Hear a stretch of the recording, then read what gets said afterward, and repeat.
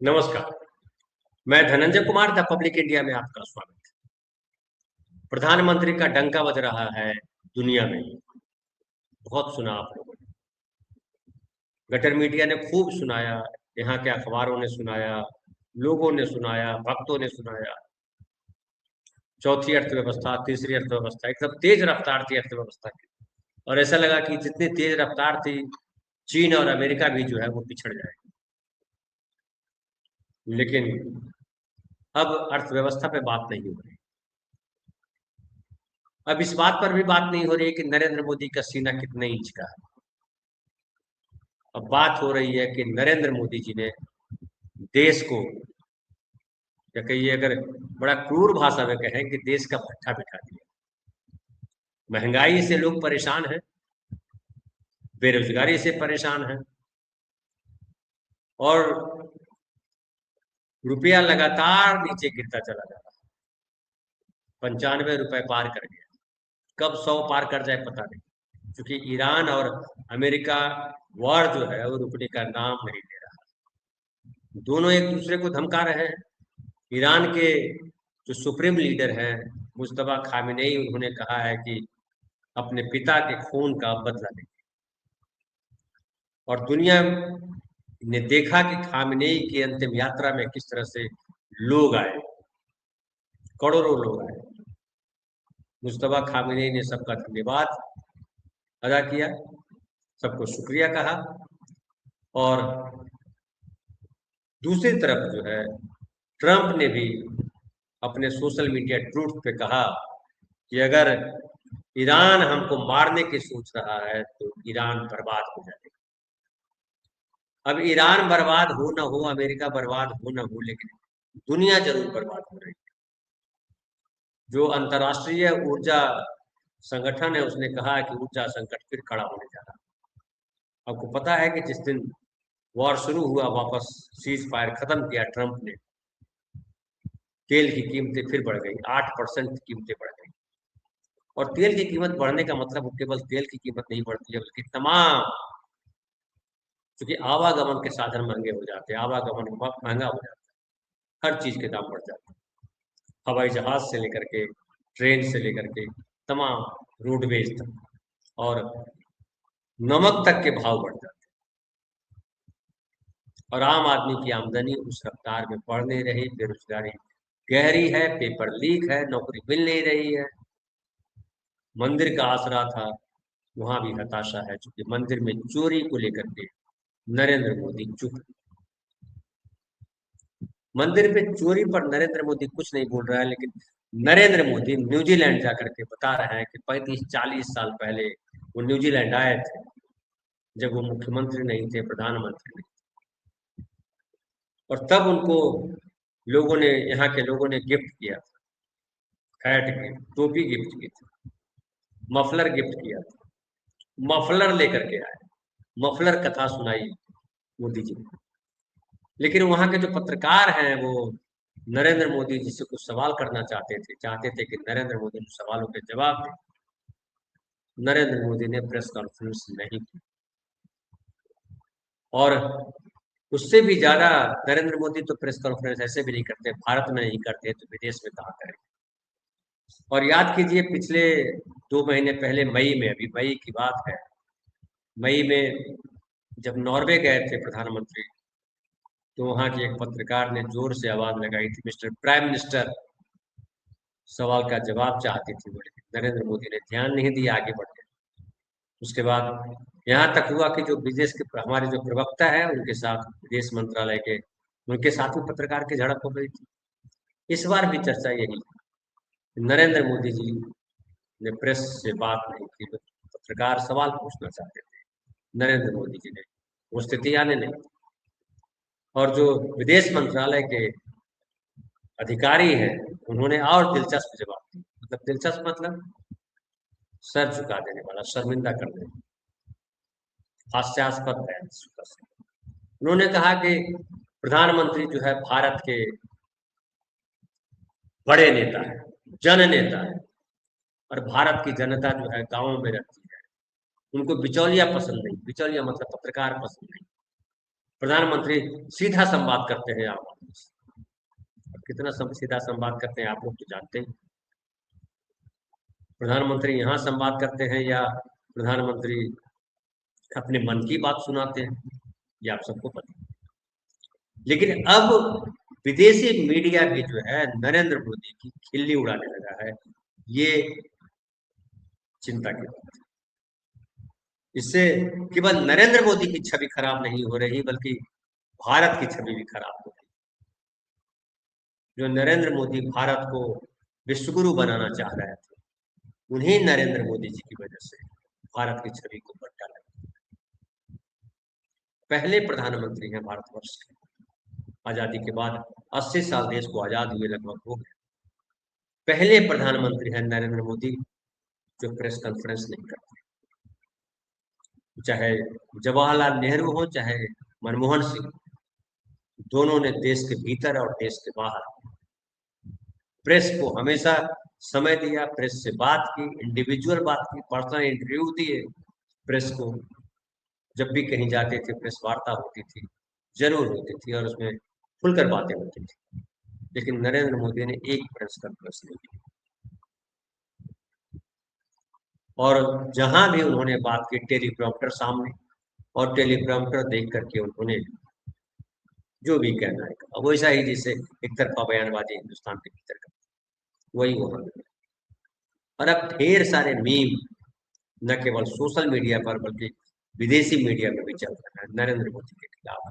भारत की छवि को पट्टा लगाने का काम नरेंद्र मोदी इन दिनों खूब कर रहे हैं।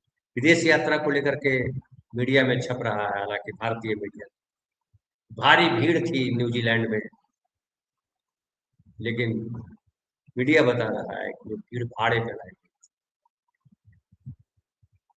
और तारीफ की जा रही है कि कितने सारे फैसले लिए गए, कितने सारे एग्रीमेंट, लेकिन जब आप पढ़ेंगे तो सब आपको हवा हवाई लगेगी। प्रधानमंत्री जाते तो इसीलिए है कि दोनों देशों के बीच संबंध मजबूत हो, व्यापारिक संबंध, आर्थिक संबंध, सांस्कृतिक संबंध मजबूत मजबूत हो।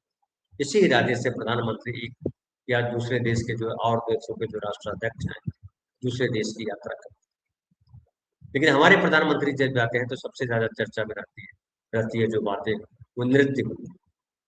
प्रधानमंत्री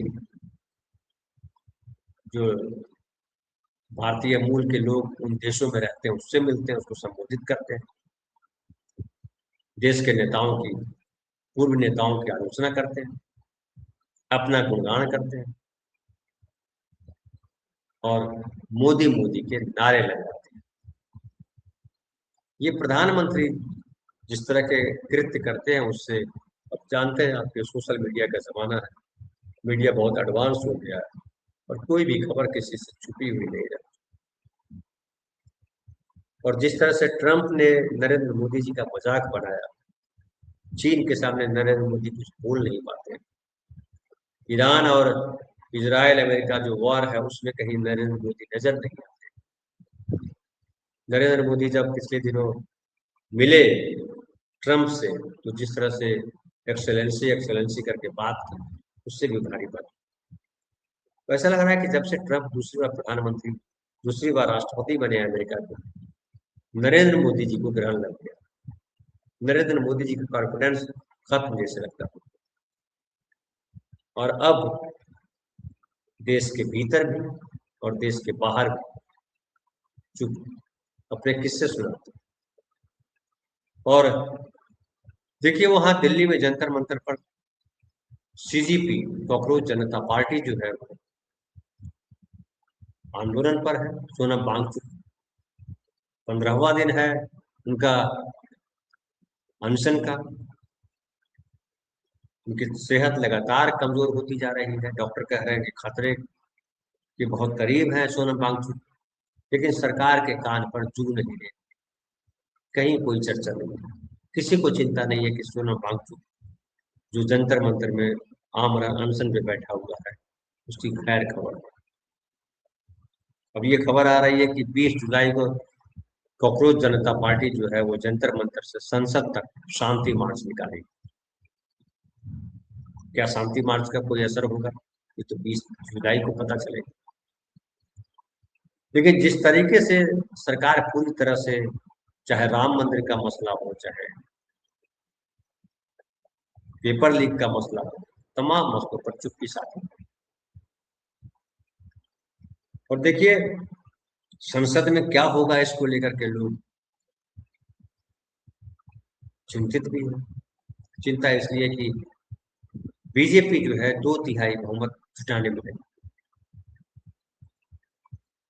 और 2/3 बहुमत अगर बीजेपी को मिल जाता है तो जाहिर है बीजेपी पहली फुर्सत में संविधान में बदलाव करे। खास करके समाजवाद और धर्मनिरपेक्षता से बीजेपी को परेशान है। बीजेपी हिंदू राष्ट्र चाहती है। क्या बीजेपी हिंदू राष्ट्र बनाएगी?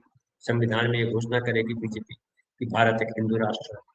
ये भी देखने वाली बात है। और देखने वाली बात ये भी है कि कहा जा रहा है कि one nation one election bill pass कराया जाएगा।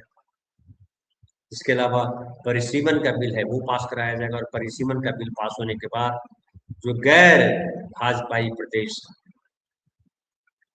उन प्रदेशों की ताकत घट जाएगी, और जो गोवर पट्टी है, जो हिंदी पट्टी है, वहाँ सीटें बढ़ जाएगी। और ऐसे में जो दक्षिण भारत के राज्य हैं, उनमें असंतोष खड़ा होगा, ये भी एक दिखाई पड़ा। लेकिन नरेंद्र मोदी जी को इसकी चिंता है। वो रिकॉर्ड बनाने में लगे, कितने देशों ने अवार्ड दिए, लेकिन जो अवार्ड मिल रहे हैं उसकी दुनिया में कहीं चर्चा नहीं। नरेंद्र मोदी प्रेस कॉन्फ्रेंस नहीं करते हैं, वो बात नहीं कर पाते हैं मीडिया से, इसकी चर्चा हर जगह। पता नहीं नरेंद्र मोदी जी तक ये खबर पहुंचती है या नहीं पहुंचती। अगर खबर पहुंचती है तो किस तरह से देखते हैं इन चीजों को। तो भारत के मीडिया को तो नजरअंदाज किया जा सकता है, भारत के लोगों को तो नजरअंदाज किया जा सकता है, क्योंकि यहाँ उनके पास जादू है, चुनाव आयोग है, ईडी सीबीआई है, और भक्त भी। लेकिन विदेशी मीडिया जो है, उन्हें ईडी से डरता है, न सीबीआई से डरता है, न वहाँ भक्ति चलेगी। विदेशी मीडिया जिस तरह से हमलावर है, या कहिए जिस तरह से भारत के प्रधानमंत्री का मजाक बना रहा है और पोल खोल रहा है, एक तरह से कहिए, मजाक बनाना भी सही नहीं है, पोल खोल रहा है। दुनिया के शायद ही कोई राष्ट्राध्यक्ष हो कोई जो प्रेस कॉन्फ्रेंस नहीं करता हो जब किसी दूसरे देश में जाता हो। हमारे पीएम उस मामले में अनोखे हैं, और मुझे लगता है जहाँ तक मुझे जानकारी है, अकेले प्रधानमंत्री जो प्रेस कॉन्फ्रेंस नहीं करते। और नौकरशाह कहते हैं कि प्रेस कॉन्फ्रेंस इसलिए नहीं करते कि बिचौलिया पसंद नहीं करते, जनता से सीधा संवाद करते। अब कांग्रेस किस तरह से चीजों को लेकर के चल रही है, जिस तरह से पेपर लीक के मुद्दे और राम मंदिर में चोरी के मुद्दे को लेकर के चल रही है कांग्रेस, उसे लग तो रहा है कि बीजेपी को परेशानी है, और बीजेपी अलर्ट भी हुई है, लेकिन अलर्ट है ये दिखना नहीं चाहती। और बीजेपी को ये भरोसा होता है कि वो सब डैमेज कंट्रोल कर लेंगे। खास कर अगर पेपर लीक की बात करिए, चाहे राम मंदिर की बात कीजिए, चाहे और अब जो जी राम जी मनरेगा का जो नाम बदला, मनरेगा की हालत भी बड़ी खराब है। 1/4 पैसा भी केंद्र सरकार नहीं दे पा रही, राज्य सरकार। कई, राजस्थान हो या बिहार हो, मैं बिहार में भी हूँ, मैं मुखिया से बात कर रहा था, बोला कि सर अब धीरे धीरे खत्म ही हो जाएगा, बंद ही हो जाएगा, ऐसा लगा। ये लोगों को लगने लगा, और मैं देख रहा हूँ जमीन पर नरेंद्र मोदी के खिलाफ भारी असंतोष, डर है। लेकिन लोगों को डर लगता है कि पुलिस अंधभक्त कहीं उन पर हमला न करे, उनको फंसा न दे, इसलिए चुप। लेकिन उत्तर प्रदेश में पहले परिणाम दिखेगा। हालांकि उपचुनाव जो है बिहार में होने जा रहा है, या मध्य प्रदेश में हो रहा है दतिया में। बिहार में भी देखिए कि जो बांकीपुर विधानसभा चुनाव, उसका उपचुनाव होना है, वहाँ बीजेपी ने कैंडिडेट बदल दिया। पहले किसी को नाम दिया, फिर किसी को नामांकन भरने के लिए कह दिया। उधर दतिया में देखिए नरोत्तम मिश्रा जी को टिकट नहीं मिला, नरोत्तम मिश्रा जी तैयारी किए बैठे, फिर उनके बातों ने जो है तोड़ फोड़ मचा दी। पुलिस ऑफिसर तक घायल हो गए। अब खबर आ रही है कि नरोत्तम मिश्रा जो है वो अपने भक्तों से कह रहे हैं कि भैया शांत हो। तो कुल मिलाकर के स्थिति जो है देश के भीतर नाराजगी बढ़ती जा रही है, और नरेंद्र मोदी इस नाराजगी को कैसे दूर करेंगे, ये देखने वाली बात है। फिलहाल इतना ही। बहुत बहुत धन्यवाद।